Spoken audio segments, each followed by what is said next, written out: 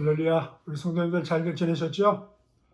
오늘 수요일 날 우리 계속해서 영적 훈련과 성장, 오늘은 우리 복종의 훈련이라는 아주 특이한 제목으로 오늘 훈련에 임할 텐데, 이번 주하고 다음 주까지 이 복종의 훈련을 하게 되는데, 말이 좀 그렇죠? 복종의 훈련?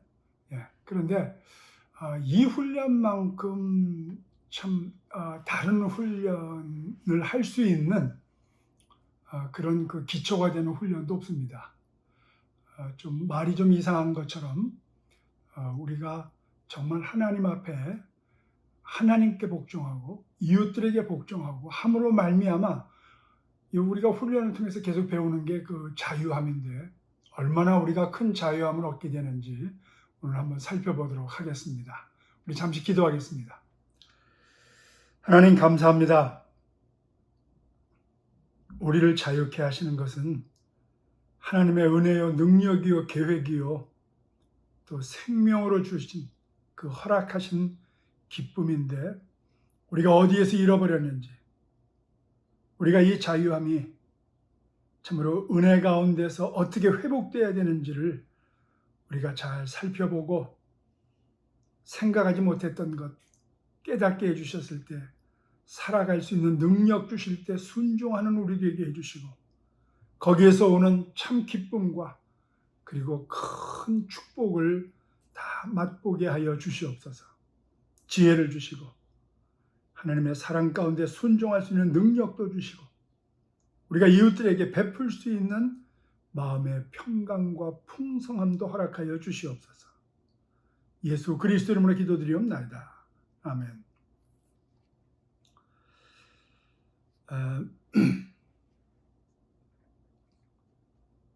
마틴 루터가 그리스도인은 아무에게도 종속되지 않은 가장 자유로운 주인임에 동시에 그리고 모든 사람에게 종속된 종이라는 말을 했습니다. 이 말이 좀 어렵죠? 그런데 정말 이 말이 맞습니다. 우리가 이런 그 영적 훈련이라고 하는 이 훈련을 하게 되는 것의 가장 궁극적인 목적은 하나님을 만나는 그 자유함에 있습니다. 그래서 이런 훈련을 통해서 우리가 하나님 앞에 바로 설 수 있도록 하고, 그리고 하나님께서 우리에게 이 자유를 줄 수 있도록 하는 그 수단이 이런 영적 훈련이고, 그 결과가 성숙입니다. 오늘 아까 얘기했지만 이 복종의 훈련은 그런 그 자유함을 얻는 그 다른 그 훈련에 앞서서 가장 기초적인 것이 되는 중요한 훈련입니다. 그래서 오늘 다음 주 여러분들 꼭 기억하시고 한번 되돌려서 또 한번 보시기도 하면서 여러분들 꼭 이 축복을 누리게 되길 바랍니다. 이 복종의 훈련에서 오는 자유는 뭘까? 한 피로 한번 적어보세요. 복종의 훈련에서 오는 자유는 뭐냐면, 일이 항상 내가 원하는 되어야 한다라고 하는 그런 그 강박관념, 그런 생각의 그 무거운 짐을 버릴 수 있는 능력입니다. 쉽게 얘기할게요. 우리는 모든 인간관계나 모든 사물의 관계 속에서 항상 내 뜻대로 되기를 원합니다. 근데 될 때가 적지요, 사실은. 그런데도 불구하고 사람들은 내 뜻대로 될 것을 요구하면서 그렇게 안 되었을 때에 생각이 좁아지고 분노하고 좌절합니다. 그런데 우리가 이 복종하는 훈련을 하게 되면은 그런 항상 내가 원하는 대로 돼야 된다라고 하는 그런 생각의 그 무거운 짐을 벗어버릴 수 있는 능력의 그 자유함을 얻는다는 겁니다. 그래서 사실 사소한 일에도 많은 사람들은 이게 내가 원하는 대로 진행되지 않으면 속 태우고 화를 내고 분노하고, 뭐 작은 문제에 꼭 자기 생명이 달려있는 것처럼 아주 그렇게 어마어마하게 행동하고 생각합니다. 그런데 그런 문제들 때문에 신경쇠약이 오고 위장장애까지 옵니다, 사실. 그런데 여러분들 이런 복종하는 그 훈련을 통해서 이런 문제에서 떠날 수 있는 자유와 그런 것들을 잊어버릴 수 있는 자유의 능력을 우리가 가질 수 있다는 겁니다. 인생 살다 보면 솔직히 말해서 대부분의 일들이 우리가 생각하는 것처럼 그때 그렇게 귀중하게 생각하고 크게 생각했던 것처럼 그렇게 중요한 일 별로 없습니다. 뭐 이런 일 저런 일 발생했다고 해서 우리 삶이 당장 끝나는 것도 아니고, 사실 교인들이 갈라지고 분열하는 것도 보면 사실은 양보할 수 있는 그 자유가 없어서 그런 거예요. 양보해 줄 수 있는 그 작은 자유함, 그게 없어서 큰 사람들이, 큰 교회가 갈라집니다. 그래서 사람들은 그리고 항상 그런 문제가 생각해보면 돌이켜보면 별거 아닌데, 근데 그때 당시에는 마치 무슨 큰 진리의 성패를 좌우하는 커다란 문제라고 생각합니다. 또 내가 지면은 마치 하나님이 지는 것처럼 그런 오해를 합니다. 여러분들, 정말 내가 양보하면 그 일이 내 마음대로 할 수 없다라고 하는 그 조그마한 그 단순한 그 이유 때문에 작은 양보를 하는 아량을 못 베푸는 것이 우리들의 큰 문제이기도 합니다. 그래서 오늘 우리 여러분들 주의 깊게 들으셔야 됩니다. 이 복종의 훈련을 우리가 잘 배워야 돼요. 이런 옹졸한 정신을, 그런 것들이 우리를 지배하지 못하도록 우리는 영적인 그리고 이 정신적인 자유함 속에서 하나님의 은혜와 능력을 맛보고 내 이웃들에게 그리고 나 자신에게 정말 자유와 기쁨을 전할 수 있는 저와 여러분 되시기를 바라겠습니다.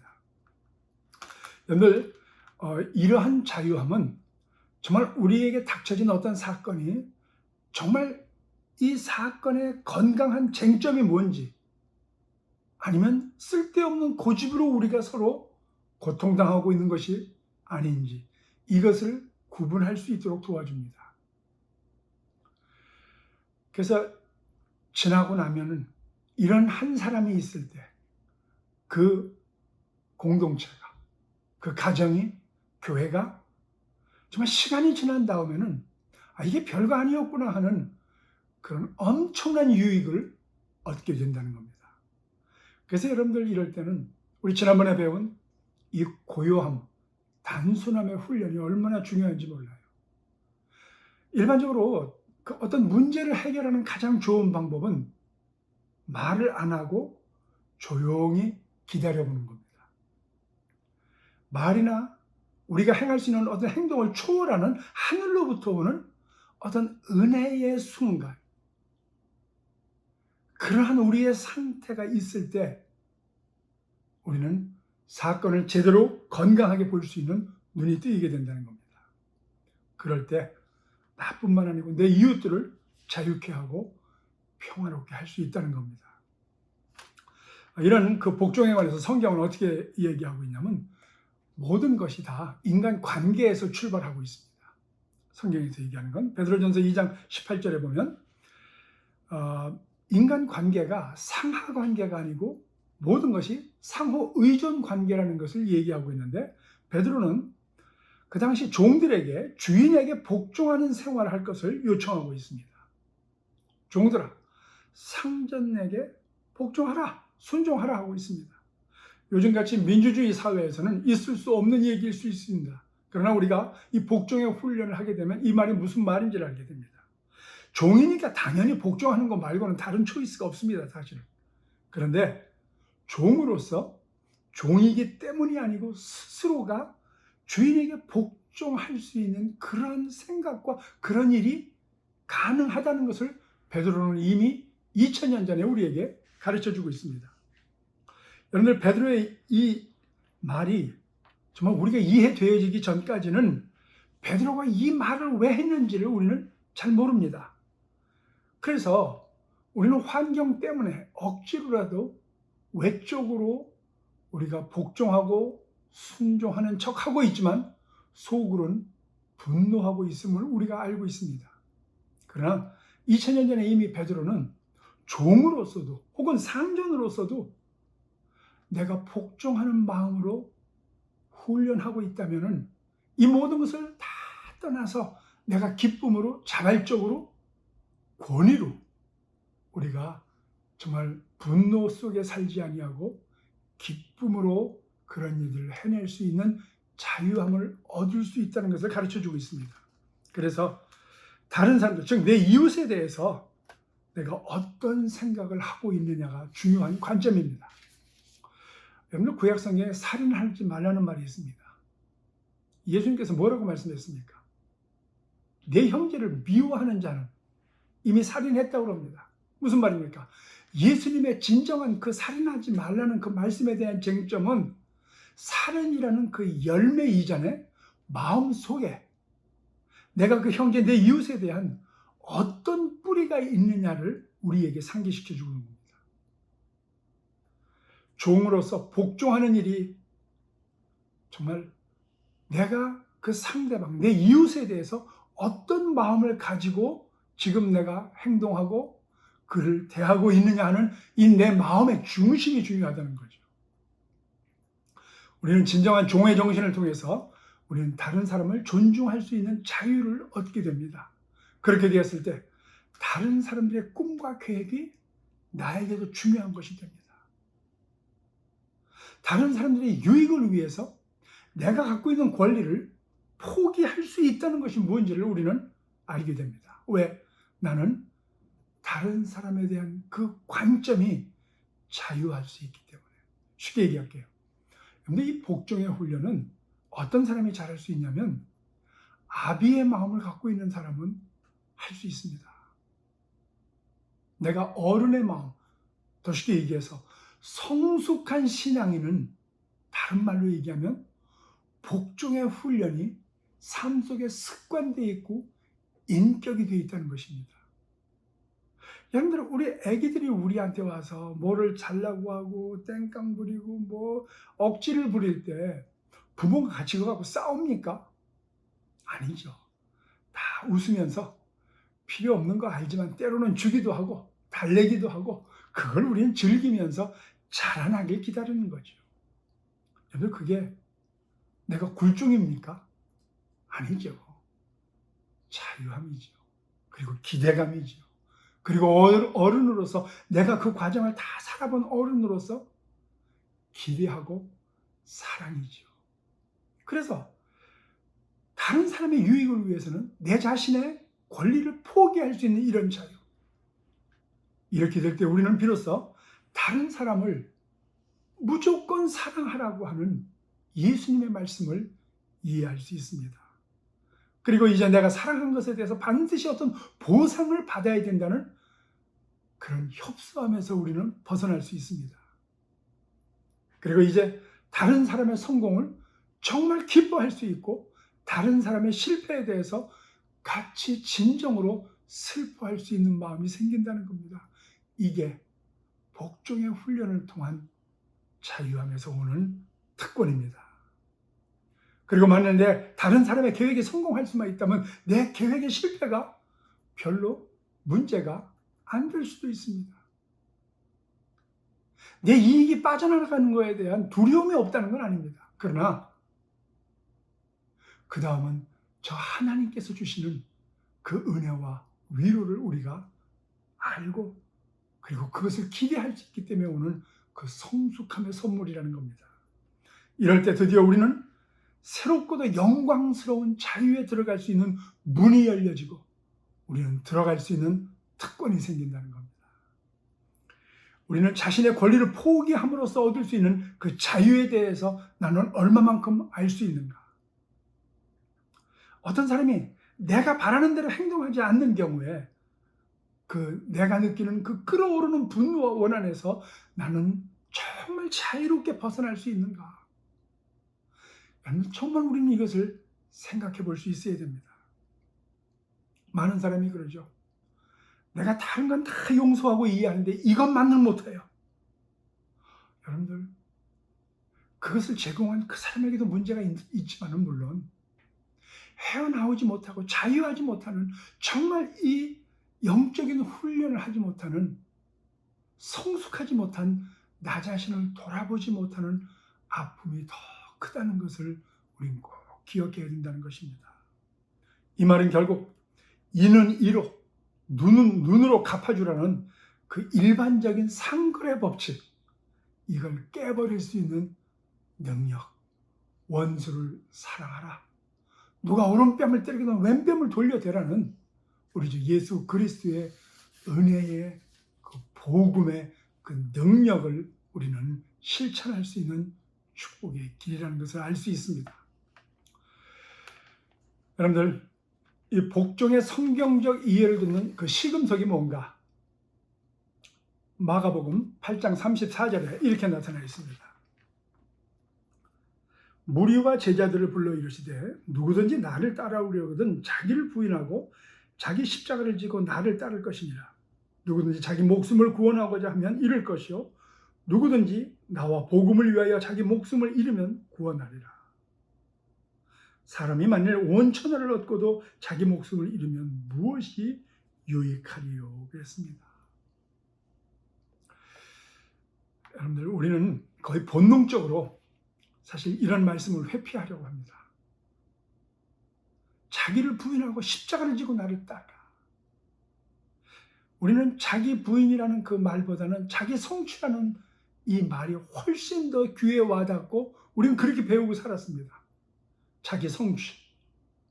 그런데 진정한 자기를 부인하는 것만이 진정한 자기 성취를 가져오는 길이라는 것을 알고 계십니까? 여러분들, 우리가 자기 부인이라고 얘기할 때 비굴함과 자기 증오를 우리는 머릿속에 떠오르게 됩니다.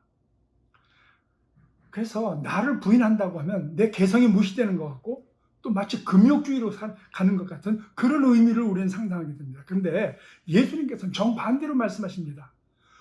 자기 증오가 없는 자기 부인이 있을 수 있고 그렇게 살아야 된다는 겁니다. 나 자신을 부인하고 산다는 게 뭐냐? 우리는 우리 자신의 욕망대로 해서는 안 된다는 것을 이해할 수 있게 된다는 겁니다. 사실 우리가 살면서 우리 행복은 우리가 원하는 대로 얻었다는 거기에서 오지 않는다는 것을 너무 잘 알고 있습니다.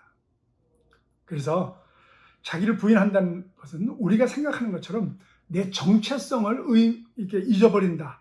그거 아니에요.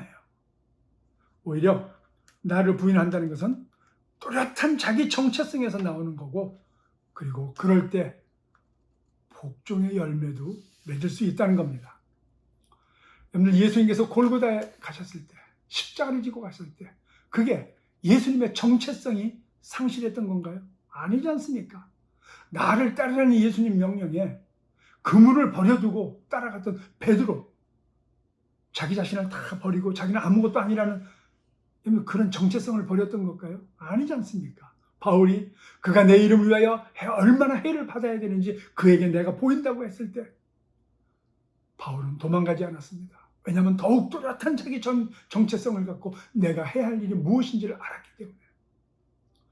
사실 오히려 여러분들, 자기를 부인하는 행위를 통해서 우리의 진정한 자아를 발견하게 되고 그때 내가 누구인지를 알게 되고 정체성을 확인하게 될 것이라는 겁니다. 그리고 자기 부인은 멸시가 아니에요. 자기 멸시가 아니에요. 절대. 여러분들, 나는 아무 가치도 없다. 난 저 사람을 위해서 존재한다. 아유, 나는 죽으면 되지 뭐. 저 사람만 유익하면 되지. 아니에요. 그거 아닙니다, 여러분들. 여러분, 진짜로 내가 누군가 때문에, 누군가를 위해서 스스로 하나님 안에서 나를 부인하고 정말 내가 순종하고 복종하기 시작한다면 정말 우리의 가치가 엄청나게 높아질 거고 깊어질 거고 우리는 상상 못할 만큼의 풍성함이 우리를 감싸게 된다는 것을 우리는 곧 보게 될 겁니다. 왜? 하나님이 그렇게 우리를 만드셨다는 것을. 여러분들, 내가 죽어지고 내가 복종하는 그 순간 그 복종을 받는 그 이웃이 알아요. 알게 됩니다. 그리고 머리를 낮추게 되고 그 사람도 그렇게 변하게 될 줄로 믿습니다. 그래서 오늘 이 책에서 자기 멸시는 창조의 선함을 부정하고 자기 부인은 창조의 선함을 확증한다라는 아주 참 재미있는 그 표현을 하고 있습니다. 예수님께서는 마태복음 22장에서 내 이웃을 내 몸과 같이 사랑하라고 했습니다. 네가 내 자신을 사랑할 수 있다는 것이 바로 그래야만 내 자신의 정체성을 분명히 알아야만 내 이웃도 제대로 사랑할 수 있는 전제 조건이 된다는 겁니다. 마태복음 10장에 자기 목숨을 얻는 자는 잃을 것이요 나를 위하여 자기 목숨을 잃는 자는 얻는다고 그랬습니다. 그래서 여러분들, 우리가 나 자신을 부인하는 것만이 다른 사람에게 양보할 수 있는 자유함을 갖게 돼요. 처음에는 꽤 어려워요. 억지로 할 수도 있습니다. 그런데 중요한 게 뭐냐면 마태복음 22장에서 자기 목숨을 얻는 자는 잃을 것이요 나를 위하여, 그 나가 누굽니까? 예수 그리스도입니다. 예수님께서 우리에게 하신 이 말씀에 순종하는 겁니다. 저분 때문에 우리가 정말 순종하고 타인에게 내가 복종하는 것을 내가 시작할 수만 있다면, 여러분들, 그것이 자기 양보고 그리고 자기 부인일 때, 그리고 다른 사람에게 이것을 양보할 수 있는 그 자유함을 맛볼 수 있는 시작이 된다는 거예요. 그게 제가 아까 말씀드린 어른스럽다는 겁니다. 그게 영적 성숙이라는 겁니다. 그래서 자기 이익보다는 다른 사람의 이익을 우위에 둔다는 것을 우리는, 그게 무슨 말인지 알게 되고. 근데 여러분, 우리는 보통 우리 욕심대로 일이 안 되면 우울해집니다, 사실은. 그리고 이게 언제 끝날까?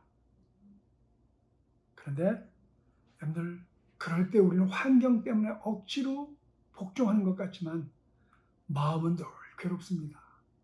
그래서 빨리 우리가 해결해야 될 게 뭐냐? 하나님, 나를 도와주시옵소서. 내가 주님 말씀을 믿고 오른뺨을 맞았는데 왼뺨을 돌려대겠습니다. 때리는 저 사람에게 관심이 있는 것이 아니고 맞고 있는 나에게 관심이 있는 그 하나님의 음성을 듣게 되기를 주의 이름으로 부탁드립니다. 그래서 자기를 부인하고 바로 이 자유함을 얻는 것이 복종 훈련의 기초가 되는 것이고, 큰 기쁨, 풍성한 은혜를 누리는 기초가 된다는 겁니다. 예수님이 가르치는 이 복종 훈련의 그 혁명적인 놀라운 축복은 뭐냐? 주님은 지도력을 얘기합니다. 아까 얘기했죠? 영적인 성숙함, 영적으로 아비가 되는 것. 여러분들, 지도력은 모든 사람의 종이 될 때 지도력이 나오는 것이고, 그리고 그 지도력의 힘은 복종할 때 나타나는 것입니다. 이 철저한 종의 도가 그것을 표현해주는 아주 중요하고 가장 귀한 상징물이 뭐냐? 십자가입니다. 십자가예요.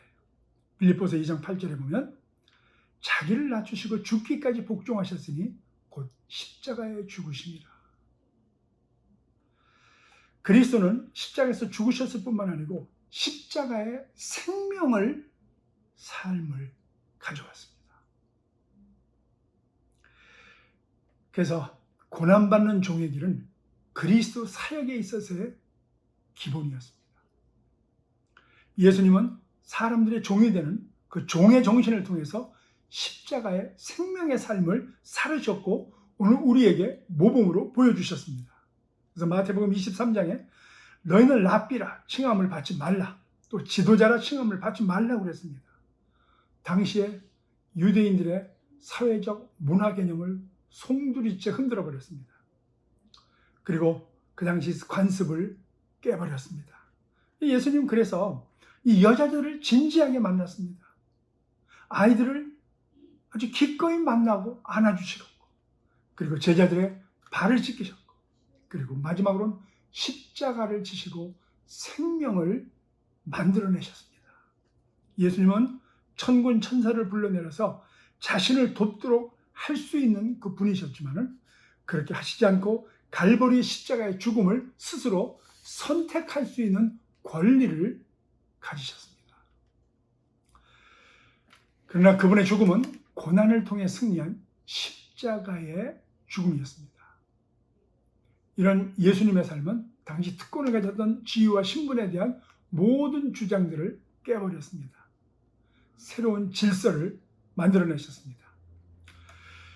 그때 당시 이 종교적 지도자들이나 사회적 지도자들은 자기 이익에 기초를 둔 그런 질서를 만들어냈고 그걸 누리고 살았습니다. 그런데 예수님은 그 제자들에게 그것을 깨버렸을 뿐만 아니고 예수님처럼 살라고 하셨습니다. 십자가의 삶, 자기 부인의 삶, 그리고 그걸 기초로 한 자유에서 오는 힘과 능력을 가지라는 것입니다. 마가복음 9장에 아무든지 첫째가 되고자 하면 무사람의 끝이 되며 섬기는 자가 되라고 그랬습니다.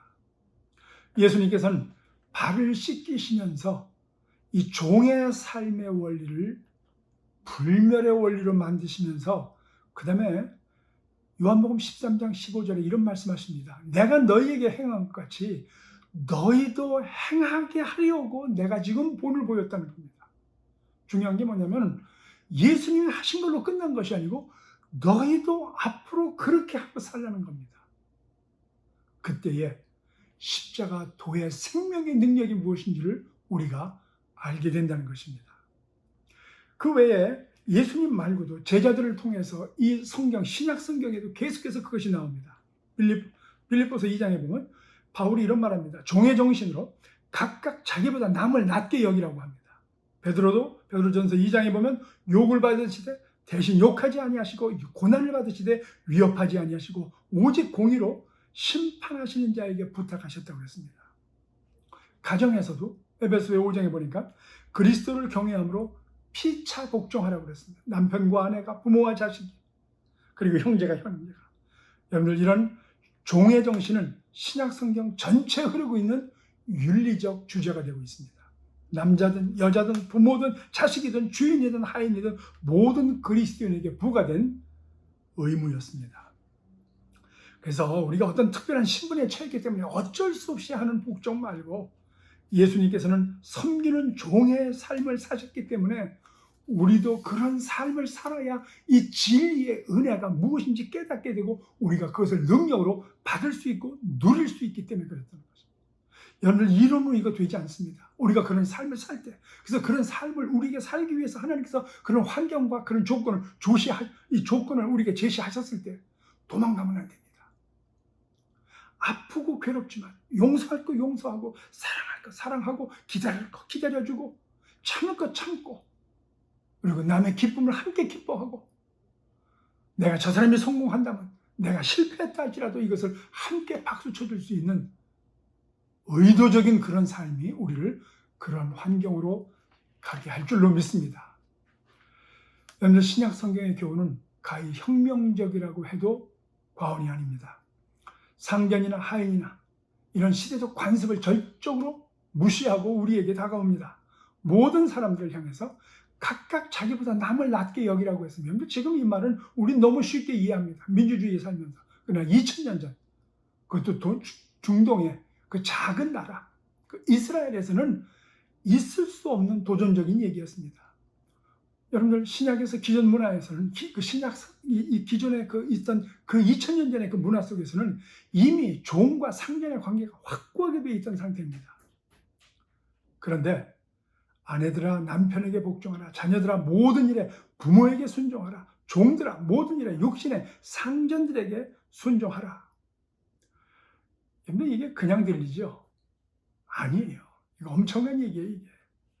왜냐하면 그 당시 사회적 문화 조건에 있어서는 전혀 결정의 선택의 여지를 가지고 못하고 있었던 아내들이나 자녀들이나 종들에게 마치 도덕적 자유를 갖고 스스로 결정할 수 있는 결정권자가 된 것처럼 스스로 복종하고 순종하라고 얘기하는 겁니다. 가만 놔둬도 순종할 수밖에 없는 사람들이에요. 근데 왜 그걸 굳이 얘기했을까요? 환경과 처지 때문에 하는 것이 아니고 예수 그리스도를 만난 그 기쁨과 은혜와 그 축복 가운데서 영적인 어른의 마음으로 기꺼이 하라는 겁니다. 그래서 바울이 그와 같이 말하는 그 유일한 이유는 복음을 들은 사람들은 사회적 종속적 신분에서 자유케 되었다는 것을 그들은 이미 영적으로 알고 있었다는 것을 전제했기 때문에 그런 말을 할 수가 있었던 겁니다. 그래서 자발적인 종속관계에서 주 안에서 마땅하게 순종하라고 가르쳐주고 있습니다. 그 다음에 또 다른 서신들 보면 골로새서 3장 보면 남편들아 아내를 사랑하며 아비들아 너희 자녀를 경록해 말겨 상전들아 의와 공평을 종들에게 베풀어라 그랬습니다. 여러분들 이거 지배적인 위치에 있던 사람들한테 2000년 전에 이런 말씀들은 사실 충격적인 겁니다. 왜냐하면 남편과 아비와 상전이 이 명령에 순종할 수 있다는 것은 자기 행동과 생각에 극적인 변화가 없으면 감당 못하는 겁니다. 그러면 사실 아내나 자녀나 어떤 이 종들은 이런 말씀에 큰 변화를 안 시켜도 할 수 있는 것들입니다. 그런데 스스로 하나님 안에서 내가 이제 배웠고 깨달았기 때문에 내가 억지로 하는 것이 아닌 것처럼 사실 상전이나 남편이나 아비들에게 있어서는 종들보다도 더 많은 것을 내려놓지 않으면 이거 못합니다. 그래서 자기 부인의 또 다른 형태의 주님의 명령이라는 것을 우리는 알 수 있습니다. 즉, 내 일, 내 뜻대로만 돼야 된다는 생각에서 거기에서 나와서 자유하게 내가 할 수 있다는 것. 여러분 늘 종들에게 섬김만 받고 자식들에게 아내에게 늘 존경받고 섬김만 받던 그 아비나 그 주인이 이제 스스로 낮아져서 그들을 섬기려고 할 때 이거 어떤 일이 벌어질까요? 우리 연세 드신 우리 교인분들 이거 참 너무 쉽게 와닿죠? 무슨 말인지. 어떤 남편이 그 아내를 사랑한다면 아내의 요구를 참작하고 들어줄 수 있지 않겠습니까? 남편은 기꺼이 사실 그 아내의 말이 자신보다 더 낫다는 것을 인정해야 되고, 그리고 그 인정한 것이 내가 행동으로 옮겨질 때는 그만큼 내 머릿속에서 먼저 자유함이 있어야 되고, 행동으로 옮길 때는 모든 사람들이 보고 있을 때 이 문화와 사회적 관념을 깨트리는 자유를 넘어 차라리 능력이 있어야 된다는 겁니다. 그러므로 이 복종하는 마음이라는 것은 시대를 뛰어넘는 하나님 창조의 은혜요, 능력이고 그리고 질서인 줄로 믿습니다. 여러분들 아비된 자로서, 주인된 자로서 만약에 그 가정에서, 그 사회 속에서 그렇게 할 수 있다면 정말 이 창조의 질서가 그 가정과 그 사회에 엄청난 영향을 미치고 천국이 그 가정에 임하게 될 줄로 믿습니다. 한 사람에게 달렸습니다. 여러분들 정말 아비는 자녀들의 요구를 경청하고 우선적으로 대할 수 있다면 에베소서는 종들에게 기쁜 마음으로 상전을 섬기는 생활을 권고하면서 이어서 상전들에게 6장 9절에 보니까 너희도 저희에게 이와 같이 하라고 그랬습니다. 이거는요, 그 당시 상전들에게 이 머리로는 이해 안 되는 것입니다. 그 당시 종들은요, 사실은 집안의 한 재산의 하나예요. 그냥. 그런데 그 종들을 섬기고 종들의 말을 듣고 그리고 나처럼 대할 수 있다고 하는 것은 엄청난 이 시대와 환경과 문화를 깨지 않으면 안 되는, 자기 자신의 모순을 깨야 되는, 넘어가야 되는 또 다른 차원의 새로운 혁명이었습니다. 이런 것을 극적으로 잘 나타내는 것이 빌레몬서입니다. 잘 알죠? 빌레몬이 오네시모라고 하는 종이 그 빌레몬에게서 도망쳤을 때 바울을 만났어요. 그리고 그리스도인이 됐습니다. 그리고 빌레몬 스스로가 자기가 예수 그리스도를 믿고 정말 이제는 예수 그리스도의 제자로서 참된 자유된 자로서 이제는 나는 다시 빌레몬인 그 우리 주인에게 돌아가겠습니다. 그때 이 바울이 편지를 써줍니다. 빌레몬에게. 그러면서 내가 오네시모를 너에게 보낸다. 그러니 이 오네시모를 종과 같이 아니하고 종에서 뛰어난 사랑받는 형제처럼 맞이하라고 합니다. 그리고 빌레몬은 오네시모를 그렇게 맞이했습니다. 여러분들, 성경은 이 계급 사회 구조를 인정하지 않습니다. 그냥 그 자체를 그대로 어쩔 수 없이 수용을 하고 있지만 그 속에 있는 그 진정한 내용은 뭐냐? 하늘로부터는 하나님 안에서의 서로 상호 존중하는 그런 관계를 얘기하고 있습니다. 그것은 절대로 사회 관습이나 내 생각으로 고칠 수 없습니다. 하늘로부터 오는 은혜와 능력만이 가능한 것입니다. 복종의 훈련에서 오는 자유는 뭡니까? 일이 항상 내가 원하는 대로 되어야 한다는 생각하는 그 무거운 짐을 버릴 수 있는 능력이고 특권이라는 것입니다. 다음 주에는 우리가 실질적인 것을 한번 해보겠습니다. 그래서 우리가 어떤 그 복종의 훈련에서 오는 그 복종의 그 대상이 뭐가 되어야 되느냐? 하나님, 또 말씀, 내 이웃, 그리고 내 일상생활, 그리고 이 모든 것을 함께 할 수 있는 교회 생활. 여러분들, 이 전 세계에서 이런 어두움의 상태 속에서 우리에게 주고 있는 그 뜻을 헤아리면서 우리가 복종하는 그런 것들, 실질적인 것들을 한번 나눠보겠습니다. 여러분들, 이거 돌려보시면서 또다시 이렇게 리턴해서 보시면서 꼭 그런 일들을 여러분들 이 복종의 훈련을 할 수 있게 되기를 주의 이름으로 부탁드립니다. 기도하겠습니다. 하나님 감사합니다. 우리 삶 속에서 참 자유함을 얻기 위해서 시대와 문화를 뛰어넘는 예수 그리스도의 자유함이 우리 가운데 있게 해주시옵소서. 돌아보며 하나님의 뜻을 헤아리는 우리 되게 하옵소서. 예수 그리스도 이름으로 기도드리옵나이다. 아멘. 제가 카톡에서 광고한 대로 간단하게 우리 교회에 관한 광고를 말씀드리겠습니다. 우리 교회가 그동안 우리 버겐블로바디에 있는 우리 하늘샘 교회와 같이 썼던 그 장소에서 이제 우리가 나오게 돼서 교회를 구하고 있던 중에 우리 한창희 전도사님이 우리 아시는 분을 통해서 우리가 교회를 한 군데 빌렸습니다. 너무 좋은 조건에, 그리고 너무 좋은 여러 가지 환경에. 그래서 제일 좋은 건 뭐냐면 1층입니다. 우리 연세 드신 분들도 높이 올라가는 거 힘드셨죠? 근데 1층이에요. 그래서 파킹랏도 있고 파킹장에서 내려서 아주 조금만 아주 자유롭게 걸어가다 보면 그대로 우리가 교회 예배당으로 들어가게 됩니다. 또 한 가지 좋은 건 사무실 하나를 우리가 쓰게 됩니다. 그래서 간단한 모임이나 이런 것도 충분히 할 수 있고, 그리고 기존의 교회가 사용하는 곳이기 때문에 교회적인 모든 요소를 다 갖춰놓고 있습니다. 너무 좋습니다. 그 교회가 어디냐면 사랑샘 교회라고 여러분들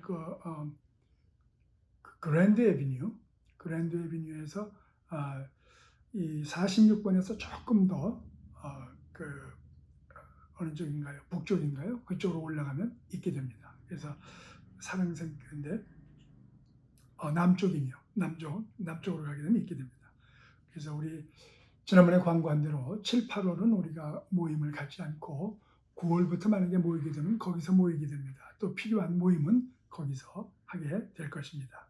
그 전에 계속해서 주중에 여러분들 제가 우리 집사람과 함께 여러분들 신방을 하면서 간단하게 기도도 하고 여러분들 삶을 돌아볼 것입니다.